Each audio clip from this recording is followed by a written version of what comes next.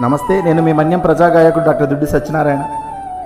పైన కనిపిస్తున్నటువంటి వ్యక్తులు ఒకరు మాజీ సీఎం వైఎస్ జగన్మోహన్ రెడ్డి గారు అయితే, మరొకరు ముఖ్యమంత్రి కాకపోయినా ప్రస్తుతం ముఖ్యమంత్రి స్థాయి వ్యక్తి శ్రీ నారా లోకేష్ గారు. వీరు అపారమైనటువంటి రాజకీయ అనుభవం కలిగినటువంటి రాష్ట్ర ముఖ్యమంత్రుల కుమారులు. వీరిద్దరు కూడా విద్యావంతులు, మేధావులు, పైగా స్వతహాగా సంపన్నుల కుటుంబం నుంచి వచ్చిన గొప్ప యువ నాయకులు. కట్ చేస్తే ఒక్కసారి వీడియో చూద్దాం. ఆ మనిషి రిటైర్డ్ అయి ఉన్నా కూడా లాక్కొని వస్తా. ఆ మనిషి దేశం విడిచిపెట్టిపోయినా లాక్కొని వస్తా. ఎవరిని వదిలిపెట్టేది ఉండదు.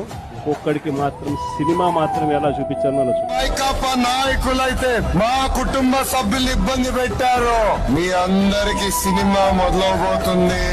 మీరు అమెరికాకి వెళ్ళినా, ఐవరీ కోస్ట్ వెళ్ళినా నేను మటుకు మిమ్మల్ని వెంటాడతానని ఈ సభాముఖంగా. విన్నారు కదా, లక్షలాది మంది జనం సాక్షిగా వీరిద్దరూ మాట్లాడినటువంటి తీరు, అది బహిరంగ వేదికలలో. సార్, నాకు తెలియక అడుగుతాను, ఈ పగలు ప్రతీకారాలు ఎప్పుడు ఆగుతాయి సార్?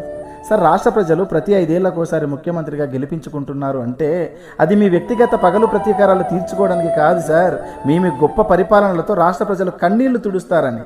ఇలా ఒకరినొకరు కత్తులు నూరుకోవడం వల్ల మీరు రాష్ట్ర ప్రజలకు ఏం మెసేజ్ ఇవ్వాలనుకుంటున్నారు సార్? సార్, గ్రామ స్థాయి నుండి నియోజకవర్గ స్థాయి వరకు, ఒక సామాన్య కార్యకర్త నుండి ఒక ఎమ్మెల్యే స్థాయి వ్యక్తి వరకు ఇదే ధోరణిలో మిమ్మల్ని ఆదర్శంగా తీసుకొని ఇలాగే పగలు ప్రతీకారాలతో రగిలిపోతే రేపు రాష్ట్రం శ్మశానం అయిపోద్ది సార్.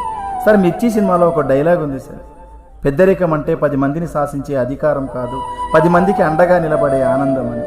సార్, రాష్ట్ర ప్రజల కన్నీళ్లు తుడవాలి, కొంతలో కొంతైన పేదరికం పోవాలి అని తపన పడే నాయకుడికి తన వ్యక్తిగత పగలు ప్రతీకారాలు తీర్చుకునేటంత సమయం ఉండదు సార్. సార్, కింద స్థాయి కార్యకర్త తెలుసో తెలియకో మీ మీద అభిమానంతో గొడవలు పడితే ఇది తప్పు, మన నైజం ఇది కాదు, శత్రువుని సైతం ప్రేమించే గుణం మనది అని సర్ది చెప్పాల్సింది పోయి ఇలా బహిరంగ వేదికలలో లక్షలాది మంది జనం సాక్షిగా రెచ్చగొట్టే వ్యాఖ్యలతో నువ్వెంత నేనెంత అని రగిలిపోతే రేపు గ్రామ స్థాయి నుండి నియోజకవర్గ స్థాయి వరకు ప్రజలలో హత్యలు జరిగాయి అంటే అది మీరు జల్లిన విత్తనాలే కదా సార్, ఎలా జరగకుండా ఉంటుంది?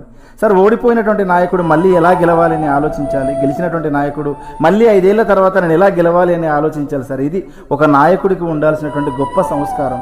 అంతేగాని సినిమా చూపిస్తాను, నీ అంతు చూస్తాను అంటే దానికి బదులు చూసుకుందాం రా అనే ఒక పథకం పెట్టండి సార్. ప్రతి నెల పంచాయతీ కార్యాలయంలో ఒక రోజు కొట్టుకునే ప్రోగ్రాం కండక్ట్ చేయండి, దరిద్రం వదిలిపోద్ది. రాబోయే రోజుల్లో ప్రధాన నాయకులు ముగ్గురే సార్. ఒకటి జగన్మోహన్ రెడ్డి గారు, లోకేష్ గారు, పవన్ కళ్యాణ్ గారు. మీ ముగ్గురు కూడా ప్రతి 5 ఏళ్లకోసారి మారుతూ మీ పరిపాలన సత్తా జనాలకు చూపుతూ రాష్ట్రం సుభిక్షంగా ఉండేలా కృషి చేయండి సార్.